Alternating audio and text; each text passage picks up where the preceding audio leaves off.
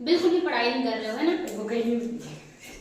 चलो, पहला चैप्टर है हमारा जीवों में विविधता। जो मैंने कल थोड़ा बताया था विविधता क्या होती है, स्टार्टिंग में बताया था, उतना समझ में आया था सबको? Yes ma'am. हाँ, आज हमें पहली देखना है।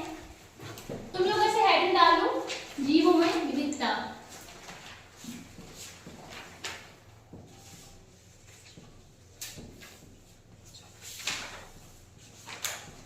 इस पे हमने कल जैसे चर्चा करी थी कि हमारी जो पृथ्वी है तो उसमें क्या होते हैं, कई प्रकार के जीव हैं।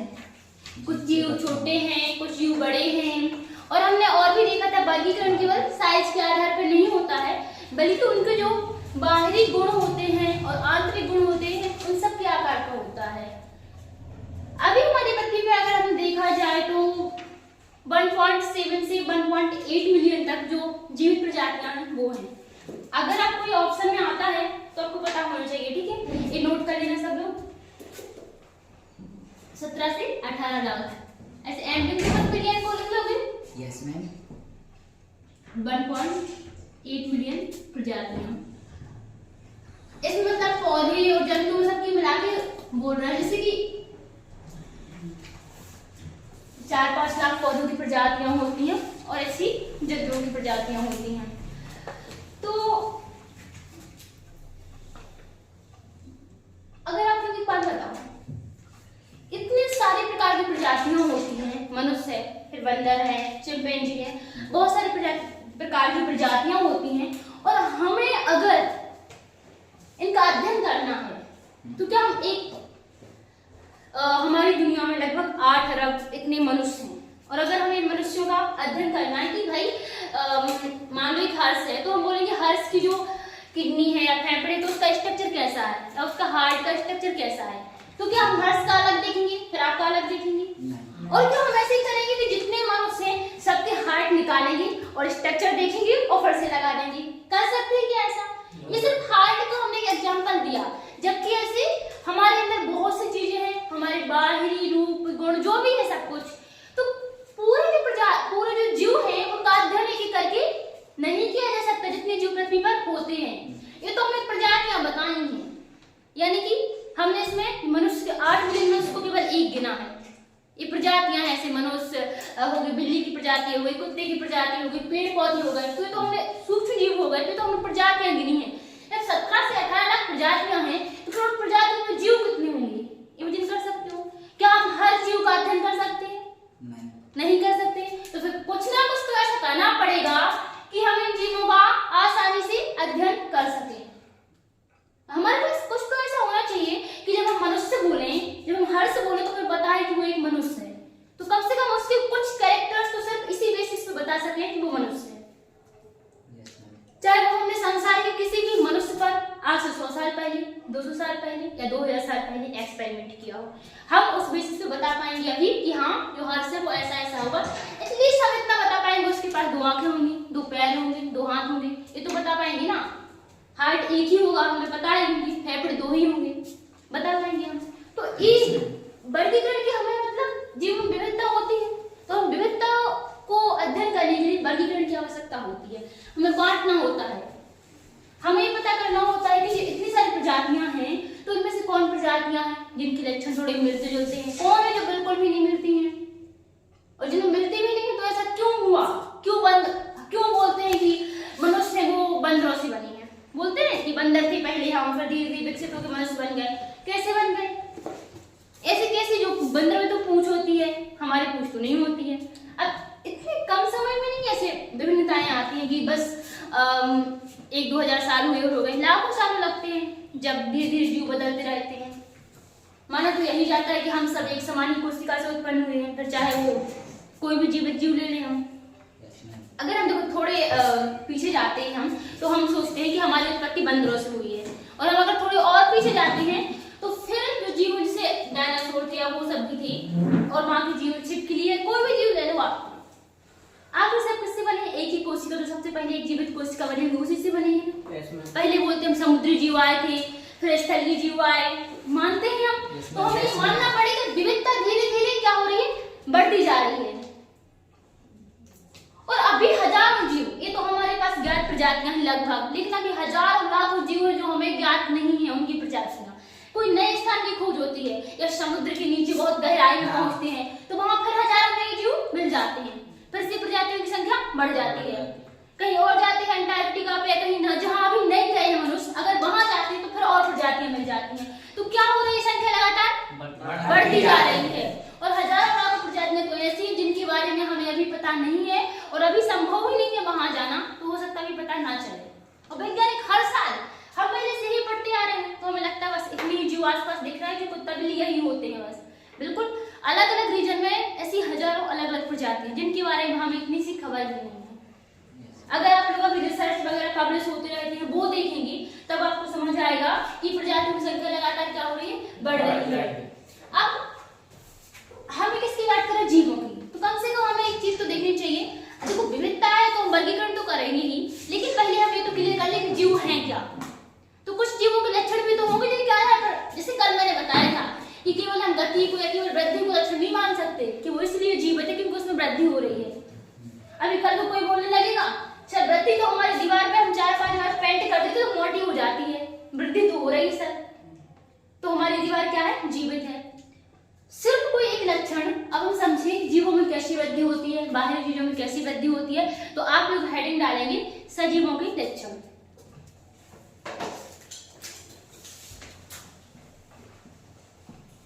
सजीवों की किन आधार पर हम किसी भी जीव को सजीव या निर्जीव बोलेंगे। जीव है तो वो तो सजीव होगा, किसी भी वस्तु को हम, जैसे मैंने एक पेन ले लिया, अब मैंने बोला चलो इस पेन को हम कोई चीज ऐड करके इसमें वृद्धि भी कर देंगे, इसके ऊपर ही पेन चिपका दिया, चलो ये वृद्धि भी हो गई, अब ये सजीव बन गया, नहीं बोलेंगे क्योंकि इसमें जो वृद्धि हुई वो कहां से हुई है, बाहर से। कहां से, बाहर से। ये कहां से बढ़ रहा है, इसमें बाहर से कुछ ऐड करना पड़ रहा है। लेकिन अगर बेटा मान लो आप पहले छोटे थे, पहले आपकी हाइट थी वो 2 मीटर थी मान लो, ठीक है, अभी आपकी हाइट ज्यादा हो गई, तो क्या ये हाइट आपने बाहर से कुछ ऐड किया हुआ है? नहीं, आपके आंतरिक अंगों में वृद्धि हुई और धीरे धीरे आपकी हाइट बढ़ गई। आपने एक पौधा लगाया, जितना सा बीज था, लेकिन वो धीरे धीरे क्या हुआ, बढ़ता गया और एक पेड़ बन गया। तो वृद्धि हो कहां से रही है, आंतरिक रूप से। कहां से, आंतरिक रूप से। अब आंतरिक रूप में बढ़ क्या रहा है, क्या बढ़ रहा है, क्या पेड़ ऐसे ही बस बीज लगाया और पेड़ हो गया, उसके अंदर कुछ ना कुछ तो ऐसा था जो ऊपर को भी गया और नीचे को भी गया। नीचे जाकर उसने जड़ें बनाई जो मिट्टी में फैली, उन जड़ों ने वहां से पानी अवशोषित किया, खनिज लवण अवशोषित किए, और वही पानी और खनिज लवण क्या हुए, पौधे के विकास का आधार बने और पौधे ने ऊपर को वृद्धि करी, पत्तियां बनाई, तना बनाया, फल फूल लगे और फिर से बीज बनाए। चल रही है पूरी प्रोसेस। तो सबसे पहले लक्षण क्या लिखेंगे, वृद्धि। सब लोग हेडिंग डालो, जिसको इंग्लिश में क्या बोलते हैं, ग्रोथ। Very good. देखो इंग्लिश टर्म क्या है हमें पढ़ना बहुत इंपॉर्टेंट है। अभी आप लोग स्कूल में हो, चलो हिंदी मीडियम में पढ़ रहा हो कोई बात नहीं, लेकिन आगे अभी आप लोग सीयूटी एग्जाम्स देंगे, फिर यूनिवर्सिटी में जाएंगे तो वहां तो क्या होगा, इंग्लिश ही होगी। तो बायो में तो सबसे पहले यही काम करना है, टर्म हिंदी इंग्लिश दोनों में एक समान आनी चाहिए। बिल्कुल भी नहीं कि मैं तो हिंदी मीडियम से हूँ, मेरा इंग्लिश से कोई रिश्ता नहीं है, बिल्कुल भी। जब मैं आपको पढ़ा रही हूँ तो आपको क्या है, दोनों टर्म याद करनी है। अब सजीव में कैसी वृद्धि होती है, आंतरिक वृद्धि होती है। अब आंतरिक वृद्धि तो होती है, लेकिन जैसा कि हम जानते हैं हमारी कोशिका है, ये हमारी कोशिका है मान लो। अब कोशिका ऐसे मिलकर क्या बना रही है, ऊतक बना रही है, फिर यही ऊतक क्या बना रहे हैं, अंग बना रहे हैं, ठीक है। अब इसमें वृद्धि होती है, दो टाइप से होती है, एक कोश की बहुकोश की जीव पढ़े हुए हैं आप लोगों ने। एक कोश की जीव वो होता है जिसकी बॉडी में केवल एक कोशिका होती है, ठीक है। बहुकोश के जीव वो होते हैं जिनकी बॉडी में बहुत सारी कोशिकाएं होती हैं, और ये भी अलग अलग टाइप की कोशिकाएं हो सकती है, जैसे एक टाइप की हो गई, अब कुछ अलग टाइप की कोशिकाएं हो सकती हैं, ठीक है। तो एक क्या है, एक कोश की जीव, बहुकोश की जीव। अब वृद्धि जो दो टाइप की होती है, वो एक कोश के जीवों में क्या होता है, जो कोशिका है उसका साइज बढ़ता है। ये कोशिका पहले इतनी थी, अब इसकी साइज ऐसी बढ़ती जाएगी, अंदर से ही बढ़ेगी लेकिन ऐसे बढ़ती जाएगी। तो ये क्या हो रही है, एक कोश के जीवों में कोशिका का आकार बढ़ रहा है,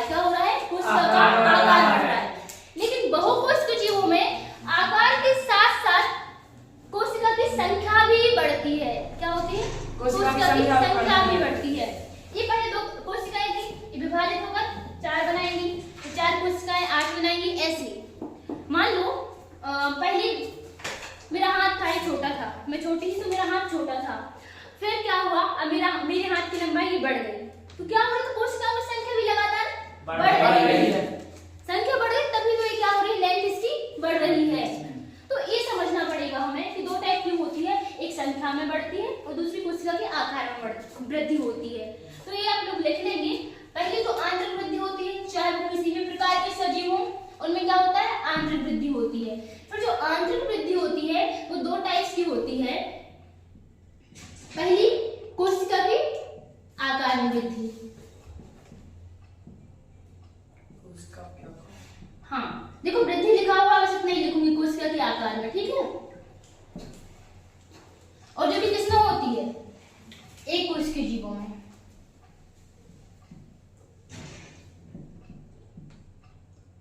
एक कोशिकीय जीवों में। और यही वृद्धि जो है कोशिका में, ये संख्याओं में वृद्धि हो रही है, यही वृद्धि हमें ये बताती है कि कोशिका में विभाजन होता है, तभी तो एक कोशिका से दो कोशिकाएं बनेगी। अब ऐसा नहीं कि इन कोशिकाओं में ये वाली सिर्फ क्या बोले हम, आकार में वृद्धि विभाजन नहीं होता, नहीं, इनमें आकार में वृद्धि हो गई, फिर इनकी संख्या क्या होगी, विभाजित हो जाएगी। एक कोशिका थी, इसका आकार बढ़ गया, अब इससे दो कोशिका बनी, तो ये दोनों जुड़ेंगी नहीं, रहेंगी तो क्या अलग अलग ही रहेंगी, क्योंकि ये कैसा जीव है, एक कोशिकीय जीव है। जबकि इनमें बिल्कुल डिफरेंट होता है। इनमें अगर हमारी मान लो 100 कोशिकाओं का जीव था और फिर से डिवाइड करके वो 100 से कोशिकाएं और बनाता है, तो क्या रहेंगी, कोशिकाएं तो ज्यादा ही रहेंगी, एक से तो ज्यादा ही है ना बेटा। तो डिफरेंस कर पा रहा हूँ इनमें और इनमें? Yes ma'am. कर पा रहे हो अंतर? Yes ma'am. हाँ चलो दूसरा लिख लो, कोशिकाओं की संख्याओं में वृद्धि।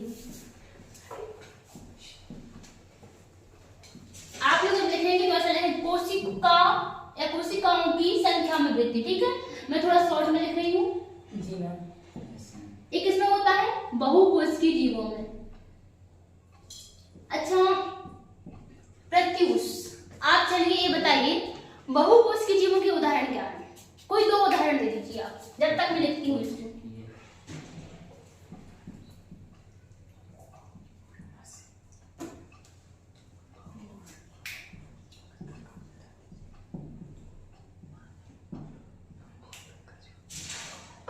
बेटा आप अपने आप को किस श्रेणी में रखते हो, एक कोशिकीय में या बहुकोशिकीय में? तो एक तो यही एग्जांपल हो गए आप। मनुष्य, पेड़ पौधे भी कह सकते हैं। वेरी गुड, पेड़ पौधे भी, ठीक है, बहुकोशिकीय जीव है।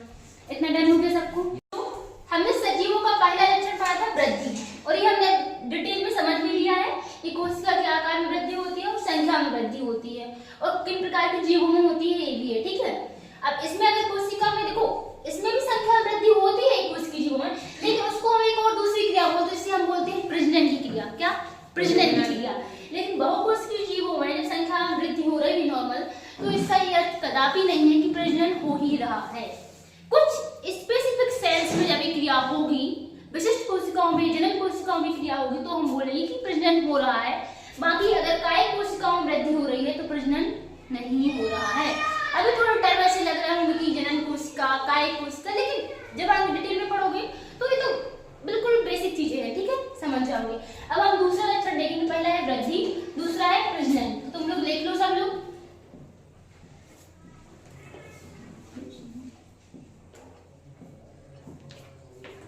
प्रजनन है क्या?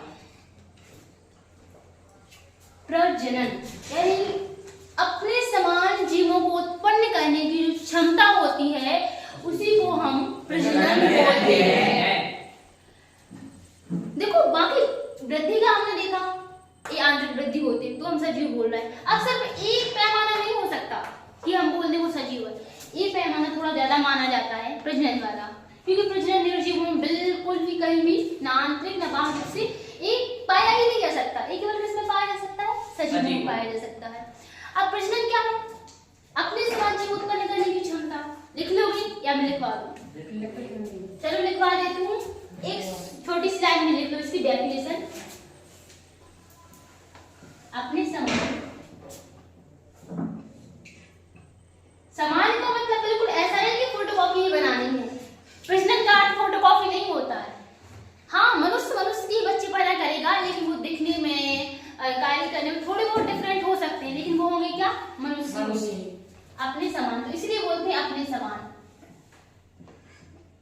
उत्पन्न करना। फिर हम प्रजनन को फिर से देखेंगे कि इसको डिवाइड करेंगे दो भागों में। पहला होता है लैंगिक जनन, जिसमें हमें दो जीवों की आवश्यकता पड़ती है, जो कि अलैंगिक जनन होता है। अब लैंगिक जनन होता है और अलैंगिक जनन होता है, इन दोनों की अलग अलग आवश्यकता हमें क्यों पड़ती है? एक ही प्रकार का जन्म भी तो हो सकता था दोनों सभी जीवों में, लेकिन क्यों कुछ जीवों में अलैंगिक जनन पाया जाता है और कुछ जीवों में लैंगिक जनन पाया जाता है? फिर से वही बात आ जाती है एक कोश की और बहुकोश की। अब जिन जीवों में केवल एक कोशिका है तो वो तो डिवाइड करके फिर से दो कोशिका बना लेगी, उसको तो आसान है अपने बच्चे पैदा करना या संतति उत्पन्न करना, बायो की भाषा में बोले तो। लेकिन हमारे जैसे बड़े जीव हैं तो हम अपनी बॉडी को डिवाइड करके दो बच्चे बन जाएंगे? नहीं हो सकता ना। क्यों? क्योंकि हमारे बॉडी में कई प्रकार की सेल हैं। सबसे पहले तो कई प्रकार की कोशिकाएं हैं, फिर उसके बाद ऊतक है, फिर बहुत सारे अंग हैं और अंग तंत्र है बहुत सारे। तो ऐसे हम किसी एक कोशिका को लेकर पूरा का पूरा बच्चा नहीं बना सकते। इसी जो हमारी बोले समस्या है, जो भी उसी को खत्म करने के लिए लैंगिक जनन होता है, जिसमें दो जनक होते हैं, एक होता है नर, एक होती है मादा। तो उन जनक की जो सेल्स होती हैं वो फ्यूजन करके फिर बनाती है, ऐसे फ्यूजन करती है, फिर जायगोट बनाती है, फिर धीरे धीरे बच्चे का विकास होता है। वो प्रोसेस आप मानव जनन में तक 12th में ज्यादा डिटेल में पढ़ेंगे, वो है। और अलैंगिक जनन बिल्कुल सिंपल होता है, साधारण होता है, सामान्य होता है। इसमें एक जो कोशिका होती है वो डिवाइड करके बिल्कुल कॉपी बनाती है, सेम टू सेम। यानी एक अमीबा है मान लो, तो अमीबा अगर अपने के जैसे दूसरी अमीबा बनाती है, एक अमीबा ऐसे शेप होता है इसका इरेगुलर, और ये अगर अपने जैसे दो अमीबा बनाती है तो आप इसमें बता नहीं पाओगे कौन सा इसका जनक है, कौन सी संतति है, पहले वाली कौन सी है और बाद वाली कौन सी है, कोई नहीं बता पाएगा। नहीं, क्योंकि वही डिवाइड हो जाती है, फोटोकॉपी बिल्कुल सेम टू सेम होती है। और इसीलिए हम बोलते हैं कि ये जीव क्या है, अमर है।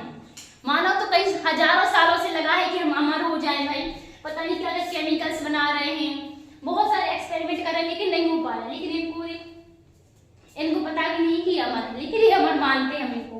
अब ऐसा नहीं कि देखो इनकी डेथ नहीं होती, ऐसा होता तो फिर पूरी पृथ्वी पर यही हो जाती, लेकिन इनकी नेचुरल डेथ नहीं होती। जो हमारी होती है धीरे धीरे हम बूढ़े होते जाते हैं और फिर मर जाते हैं, ऐसी डेथ नहीं होती इनकी। ऐसे कारण से हो सकती है, चलो गर्मी की वजह से ये मर जाए, कोई और रीजन हो सकते हैं, लेकिन नेचुरल डेथ नहीं होती, इसलिए हम इनको अमर बोलते हैं। कभी ये क्वेश्चन भी आ सकता है क्यों हम एक कोश के जीवों को अमर बोलते हैं, या अमीबा को अमर क्यों कहा जाता है? तो सब लोग ये लिख रहे होंगे क्यों कहा जाता है, क्योंकि इनकी कोशिकाएं विभाजित होकर संतति कोशिका बनाती हैं और जनक और संतति कोशिका में कोई डिफरेंस नहीं होता है और ये क्रम लगातार चलता रहता है। इनकी जो प्राकृतिक मृत्यु है वो नहीं होती है। इतना सबको क्लियर हो गया? Yes ma'am. अब हमारा जो थर्ड सजीवों का लक्षण है वो है उद्दीपन के प्रति अनुक्रिया। उद्दीपन जानते हो? No ma'am. अच्छा बताओ, अगर आपका हाथ है वो बहुत गर्म वस्तु में पड़ जाए तो क्या होगा? जल जाएगा। अच्छा, और आप हाथ हटाओगे नहीं?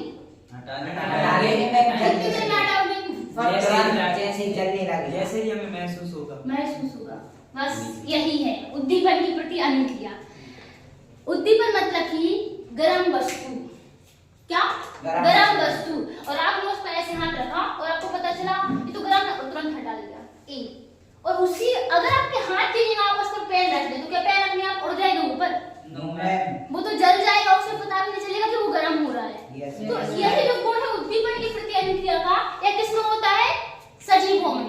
और बोले तो केवल और केवल सजीवों में होता है। अब इसमें एक चीज भूल जाते हैं इंक्लूड करना, वो है पेड़ पौधे। पेड़ पौधे भी क्या है? सजीव है। क्या है? सजीव। उनमें भी अनुक्रिया होती है। आप किसी जगदीश चंद्र बसु थे, बहुत बड़े वैज्ञानिक थे, उन्होंने एक्सपेरिमेंट किया था कि पौधे क्या अनुक्रिया दर्शाते हैं। तो उन्होंने जहर वाला पानी पौधे के पास लेके गए थे, तो किसी ने क्या किया था, जब वो जहर वाला पानी पौधे के पास लेके जा रहे थे तो किसी ने उनका पानी था उसको चेंज कर दिया था, नॉर्मल पानी रख दिया था। फिर उन्होंने एक मशीन बनाई थी, उससे वो पौधे की अनुक्रिया देख रहे थे। बहुत बारीक चीज थी, मतलब तो ऐसे नॉर्मल आंखों से नहीं देख सकते कि पौधे बोलेगा मत ये पानी मेरे ऊपर मत डालो, ऐसे तो नहीं होगा। बहुत सूक्ष्म तरीके से वो देख रहे थे, लेकिन किसी ने पानी बदल दिया था, तो उस वजह से पहली बार उन्हें रिजल्ट नहीं मिला। तो वो बहुत निराश हुए कि ऐसा क्यों हुआ, जबकि उन्हें पूरा विश्वास था कि पौधे अनुक्रिया करते हैं। तो दूसरी बार किया तो वो सक्सेसफुल हो गए, और तभी उन्हीं की वजह से एक चीज सब लोग मानने लगे कि पौधे क्या है, सजीव है। वरना कुछ लोग तो पहले पौधों को सजीव मानते ही नहीं थे। वो बहुत ज्यादा मतलब उन्होंने बहुत ज्यादा रिसर्च करी हुई थी उस पर, और इन वैज्ञानिक का नाम आपने बचपन में हिंदी की बुक में पढ़ा हुआ शायद, जगदीश चंद्र बसु का नाम एक पाठ था।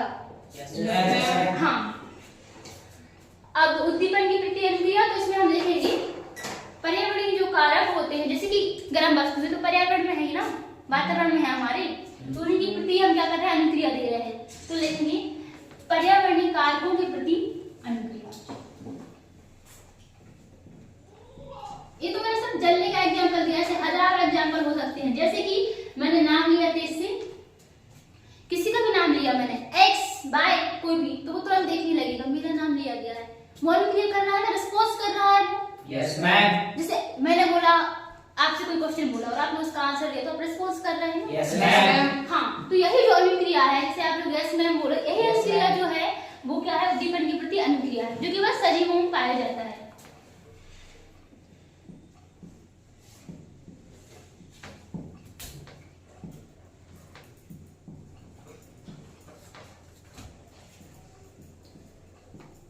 उत्तेजनशीलता,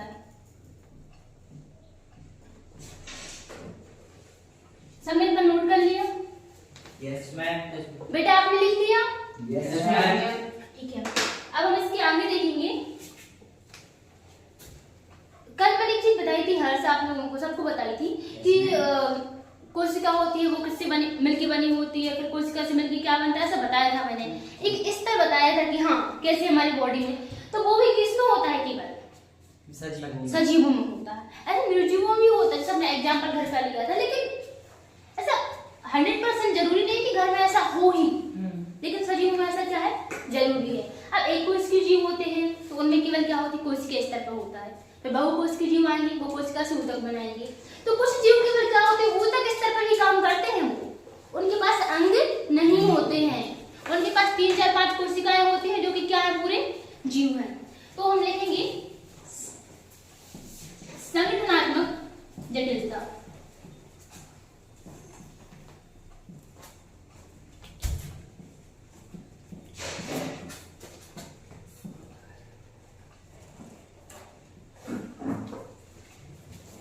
अच्छा, आप लोग ये बताओ, हमारी जो पूरी दुनिया है, जो भी संसार है, वो किससे मिलकर बना हुआ है?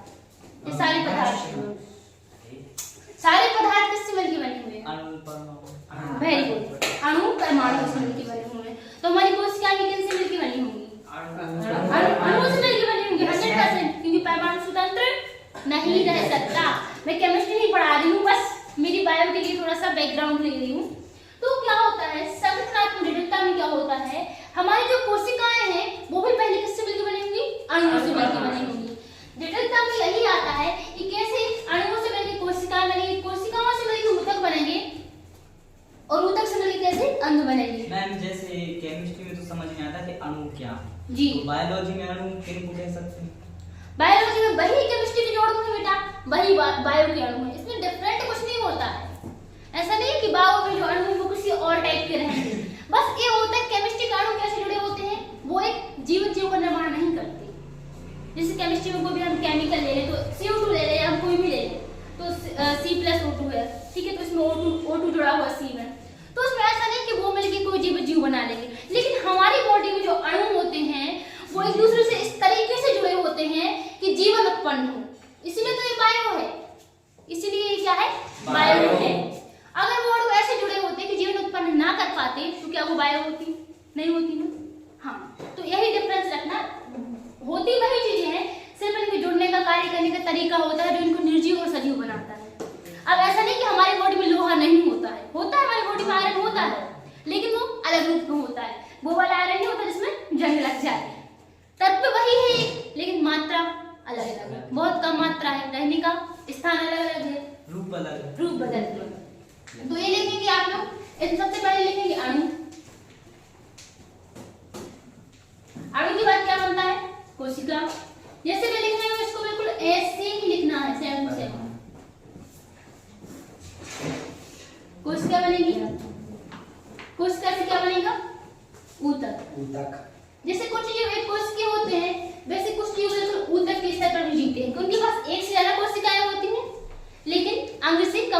अंग नहीं बना पाते, वो 4-5 कोशिकाएं होती हैं उनकी, वही काम करती हैं। फिर ऊतक क्या बनाते हैं मिलके? अंग बनाते हैं। और अंग क्या बनाते हैं? अंग तंत्र बनाते हैं। और जो अंग तंत्र मिलके क्या बनाते हैं? पूरा जीव बनाते हैं। और फिर जीव मिलके क्या बनाता है? सही मनुष्य बॉडी मनुष्य बनाता है बेटा। बॉडी देखो जीव मिलके क्या बनाते हैं? हमारा जो पर्यावरण है इसमें सभी जीव जंतु हैं, तो वो बनाते हैं हमारे आसपास का। इसको आप इसमें पढ़ेंगे, पारिस्थितिकी होती है ना, उसमें आप इसको डिटेल में पढ़ेंगे कि क्या बनाते हैं, कैसे क्या काम करते हैं। इतना सब नोट कर लिया? ये बता दोगे? Yes ma'am. किसी को कोई डाउट? No ma'am. सबको समझ में आ रहा है अच्छे से? Yes ma'am. चलो तुम लोग तो बहुत इंटेलिजेंट हो सब लोग। Yes ma'am. इसके बाद हमें पढ़ना है इसके आगे जो सजीवों के लक्षण होते हैं जो निर्धारित करते हैं कि क्या सजीव होंगे क्या निर्जीव होंगे। इसमें एक प्रमुख लक्षण आता है उपापचयी क्रियाएं। कभी नाम सुना है इनका? मेटाबॉलिज्म, ये तो सुना है मेटाबॉलिज्म। कभी नहीं सुना? कभी नो नहीं मैम। मैम सुना तो होगा पर ऐसा याद सुना होगा किया तुम लोग ने कि हमें सुबह सुबह एक्सरसाइज करनी चाहिए, रनिंग करनी चाहिए। Yes ma'am. सुना है, इससे हमारा Yes, मेटाबॉलिज्म क्या होता है? अच्छा होता है। मेटाबॉलिज्म भी तो शरीर का सुना जैसे हाँ, वही शरीर की क्रियाएं अच्छी होंगी तो क्या होगी? हमारी हेल्थ अच्छी होगी। तो वही हमारा 5वां पॉइंट है उपापचयी क्रियाएं।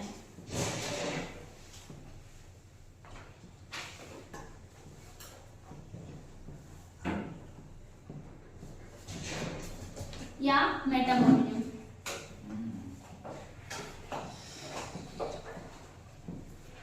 ये ऐसी क्रियाएं होती हैं जो जैव रासायनिक क्रियाएं होती हैं। अभी किसी ने पूछा था कि मैम जो केमिस्ट्री के अणु होते हैं और बायो के अणु होते हैं इनमें क्या डिफरेंस होता है? Yes ma'am. बेटा इधर हम समझेंगे क्या डिफरेंस होता है। Okay ma'am. जो अणु होते हैं वो शरीर में कैसे क्रियाएं करते हैं, यस मैम। और शरीर में जो क्रियाएं करेंगे वो कैसी होंगी? जैविक होंगी। लेकिन अणु तो रासायनिक प्रकृति के होते हैं, क्रियाएं वो रासायनिक करेंगे, तो हम उनको बोलेंगे जैव रासायनिक क्रियाएं। हाँ यार, क्रियाएं वही। तो जो उपापचयी क्रियाएं होती हैं ये ऐसी जैव रासायनिक क्रियाएं होती हैं जो हमारे शरीर के लिए क्या होती हैं? आवश्यक होती हैं, जिनके कारण हमारा शरीर जीवित रहता है। कोई एक उदाहरण बताओ जो आपके शरीर में कोई क्रिया होती है जो सबसे ज्यादा महत्वपूर्ण है। श्वसन। Very good. क्या? श्वसन क्रिया होती है। Yes ma'am. वो भी क्या होगी? उपापचयी क्रिया होगी। तो हम लिखेंगे ऐसे जैव रासायनिक अभिक्रियाएं, या सिर्फ जैव रासायनिक अभिक्रियाएं मैं लिख दे रही हूँ। आप लोग इतना तो समझ ही गए कि हमारे शरीर के लिए आवश्यक होती है। जैव रासायनिक अभिक्रिया। हाँ, जैव रासायनिक अभिक्रियाएं।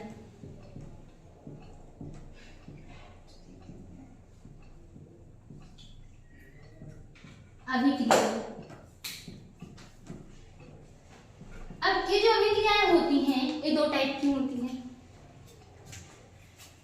उपचयन, देखो उपचयन अपचयन पढ़ा है आप लोगों ने? Yes, ma'am. पढ़ा होगा ना? Yes, वैसे ma'am. बस उसी के आधार पर इनको बांटा गया है। एक होती है उपचयी अभिक्रियाएं और एक होती है अपचयी अभिक्रियाएं, एनाबॉलिज्म और कैटाबॉलिज्म। तो इनको मैं लिख दूं पहले, फिर बताती हूँ थोड़ा सा कि इनके अंदर क्या होता है और इनको क्यों 2 भागों में बांटा गया है। तो आप लोग नोट करेंगे 5.1 उपचयी अभिक्रियाएं जिनको हम बोलते हैं एनाबॉलिज्म। बेटा ये ऐसी अभिक्रियाएं होती हैं जिनमें जो सरल अणु होते हैं, जैसे मान लो हमारा H2O है, SCO2 है, जो सरल अणु होते हैं वो मिलकर एक जटिल अणु का निर्माण करते हैं। देखो प्रकाश संश्लेषण क्रिया में क्या होता है? ग्लूकोज बनता है। कौन बनाता है? कार्बन डाइऑक्साइड और जल मिलकर बनाती है। Yes ma'am. कार्बन डाइऑक्साइड और जल क्या होते हैं? मैं पूरी भी क्रिया नहीं लिख रही हूँ, बस समझाने के लिए लिख रही हूँ। CO2 + H2 और ये मिलके क्या बना रहे हैं? C6H12O6 मिलके बना रहे हैं ना। इधर क्या है? सरल है, ये सरल अणु है, लेकिन यहाँ क्या बना रहे हैं? जटिल शुगर बना रहे हैं। ग्लूकोज क्या होता है? टाइप का सच्चाई है, शुगर ही है, ठीक है। तो ये बड़ा अणु बना रहे हैं जो, तो क्या हो रही है? मिलके बड़ा बना रहे हैं। इसी को हम बोलते हैं उपचयी अभिक्रियाएं। क्या बोलते हैं? उपचयी अभिक्रियाएं। तो एक तो नहीं लिखना है आपको, लेकिन आपको इसका क्या करना है? एग्जाम्पल लिखना है। क्या लिखोगे आप? प्रकाश संश्लेषण की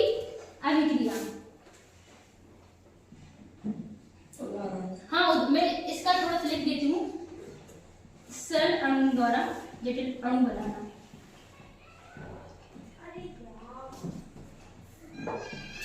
अणुओं से जटिल अणु बनना।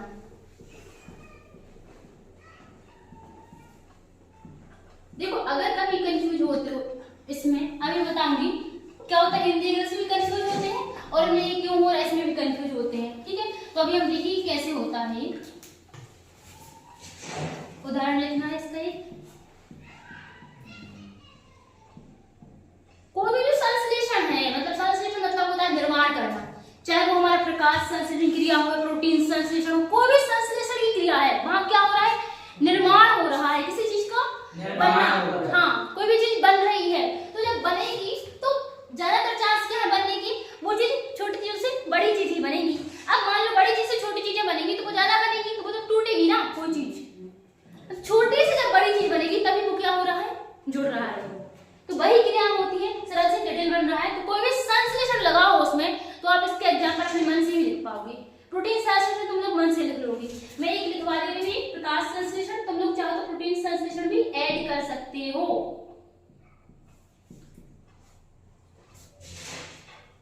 किसी को कोई डाउट? No ma'am. तो आगे बढ़े? Yes ma'am. चलो तो आगे हम लिखते हैं 5.2 जो कि है अक्षयी अभिक्रिया है।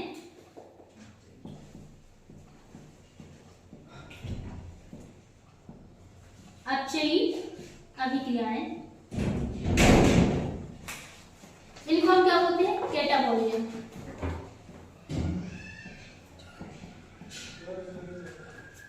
इन अभिक्रियाओं में क्या होता है, कोई जटिल अणु जो होता है वो टूट के सरल अणु बनाता है। क्या बनाता है? सरल अणु बनाता है।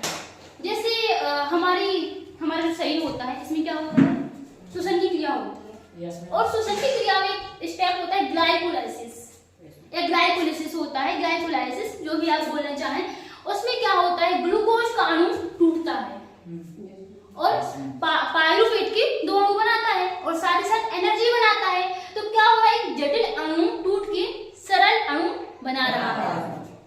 हो रहा है ना यहाँ, इसका उल्टा हो रहा है जस्ट। Yes ma'am. तो जो ऐसी अभिक्रियाएं होती हैं जिनमें जटिल अणु टूटकर सरल अणु बनाते हैं और उनको क्या बोलते हैं हम, अक्षयी अभिक्रियाएं। उदाहरण के लिए ग्लाइकोलाइसिस या श्वसन की अभिक्रिया भी लिख सकते हो। वो थोड़ा सा श्वसन की अभिक्रिया और क्रियाएं सम्मिलित होती हैं, तो इसलिए आप ग्लाइकोलाइसिस लिखेंगे तो ज्यादा अच्छा रहेगा। जटिल अणुओं से सरल अणु बनना। Very good. जटिल अणुओं से सरल अणुओं का निर्माण, ये जटिल अणु का टूटना, ऐसा लिख लो। तो क्या बन रहा है क्या नहीं बन रहा वो तो अलग हो सकता है, एनर्जी भी बन सकती है, ठीक है। तो उदाहरण के लिए ग्लाइकोलाइसिस, इसमें कौन टूटता है, जो बेटा इधर बना था, इधर क्या बना था, ग्लूकोज बना था, और वही ग्लूकोज ग्लाइकोलाइसिस में टूट के 2 पायरुवेट के अणु बनाता है और साथ ही साथ एनर्जी बनाता है। इतना तो फिर डिटेल में आगे पढ़ोगे, अभी तो ये क्या है, सजीवों के हम लोग गुण देख रहे हैं, तो उसमें ऐसे ही पढ़ सकते हैं थोड़ा ऊपर से कि हाँ क्या अभिक्रिया होती, नाम वगैरह। इतना सबको क्लियर हो गया? Yes ma'am. आगे पढ़ सकते हैं? Yes ma'am. ठीक है, ये बेटा आ रही, ठीक है, सबने लिख दिया? जी मैम। Yes ma'am.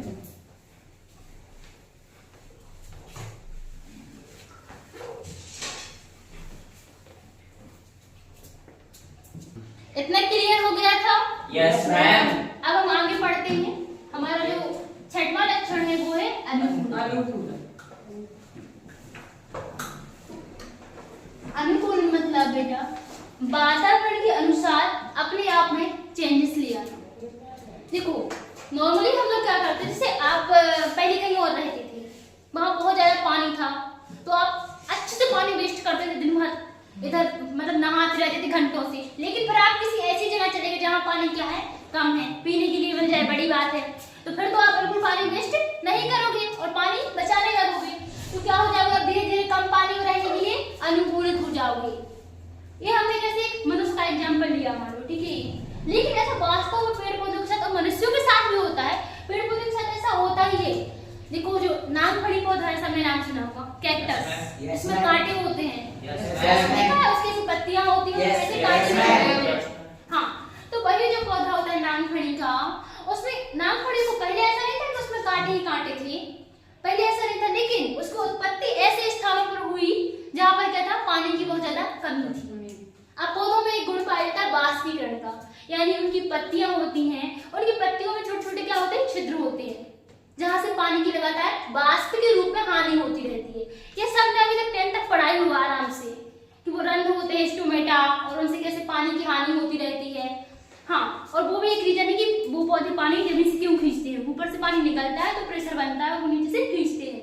ये रीजन है ना एक, कि पौधे पानी क्यों खींचते हैं जमीन से। हाँ, तो ऐसे ही तो अब नागफनी में क्या था, वैसे तो वहां पर मरुस्थलीय क्षेत्र होता है, वहां बहुत कम पानी होता है, और उनकी पत्तियों से पानी क्या होता था, निकल जाता था।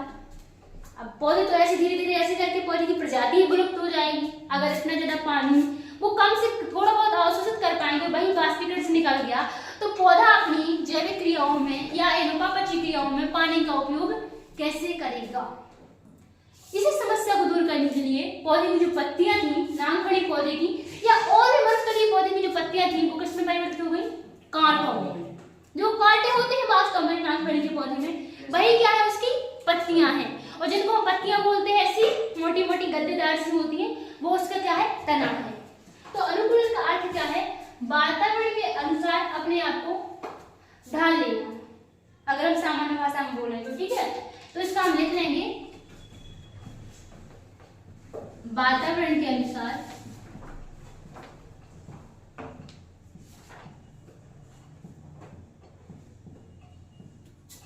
अनुकूलित होना। ये भी किसका लक्षण है, सजीवों का लक्षण। अगर नागफनी की जगह बाहर एक स्थान में आप कोई और वस्तु रखाते तो वो ना परिवर्तन करती ना कुछ करती, धीरे धीरे धूप में सड़ के खराब हो जाती। हम हजारों वस्तुओं में देखते हैं, यही बेटा यही रीजन है, हम लोग अनुकूलित होते रहते हैं, यही रीजन है कि हमारी प्रजाति क्या लगातार बनी रहती है, जो कि अभी आप अगले स्टेप में देखेंगे। इसका उदाहरण लिख लो, इसका उदाहरण क्या है, नागफनी की पत्तियों का कांटों में रूपांतरण।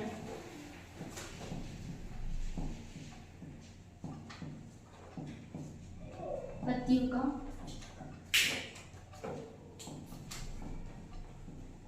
कांटों में रूपांतरण।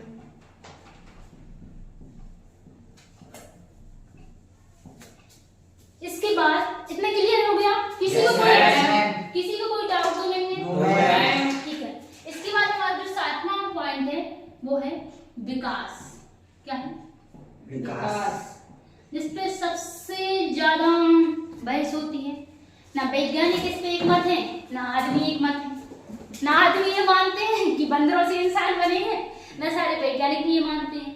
मतलब सीधा बोले कि विकास एक ऐसा टर्म है या विकास एक ऐसी प्रक्रिया है जिसके अनुसार जो जीव जंतु होते हैं वो अपने स्वरूप को धीरे धीरे बदलते रहते हैं। और बदलने की जरूरत क्यों होती है, अब यही म्यूटेशन देखो, पहले नागफनी में कांटे नहीं होते होंगे, ठीक है, मान लो पहले नागफनी में कांटे नहीं होते थे, लेकिन वो ऐसी जगह पे थे जहाँ पानी की क्या हो गई, धीरे धीरे कमी हो गई, तो उसको क्या करना पड़ा, अपना पानी बचाना पड़ा, और अपनी पत्तियां किसमें परिवर्तित हो गई, उसकी कांटों में। तो ये क्या हो रहा है, वैसे विकास हो रहा है ना, ये अनुकूलन के कारण विकास हो रहा है। ऐसे और भी रीजन हो सकते हैं विकास के, जैसे हम बोलते हैं म्यूटेशन।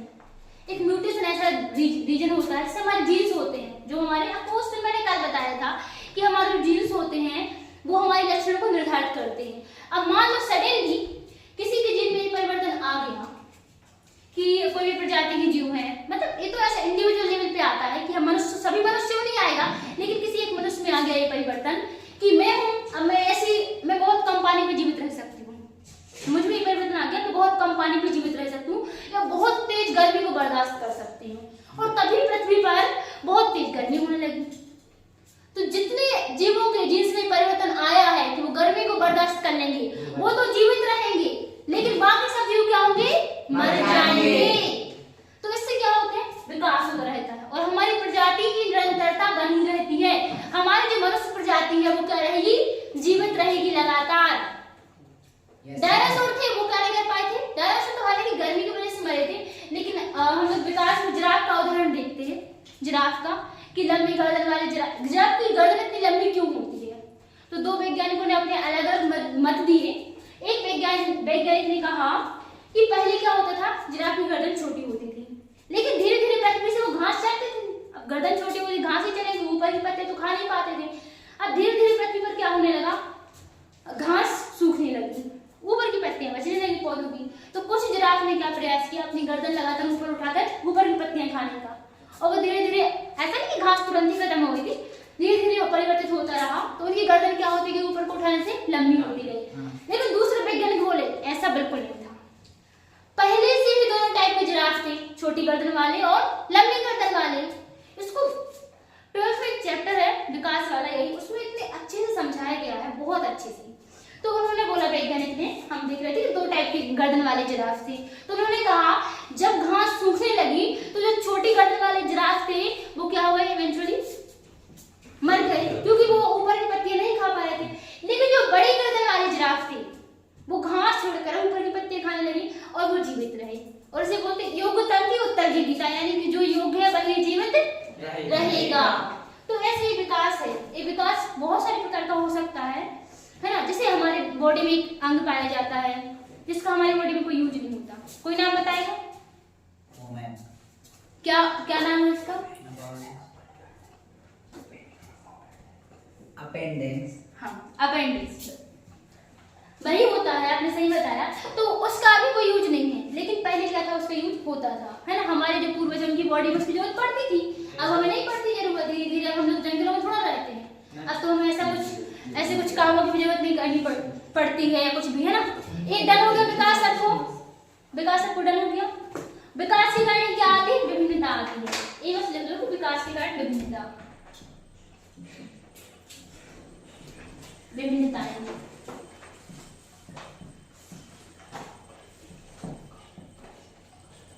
इतना सबको क्लियर हो गया? Yes ma'am. आगे बढ़ सकते हैं हम? Yes ma'am. ठीक है।